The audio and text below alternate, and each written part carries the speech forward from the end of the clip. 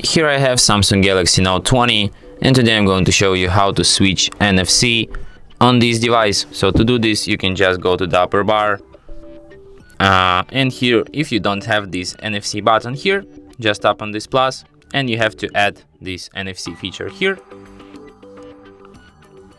And now you can switch NFC just here and your notification, this upper bar. Just tap on it once to enable it and one more time to disable it. And that's it. Thanks for watching. If you find this tutorial useful, don't forget to hit that like button and subscribe to our channel.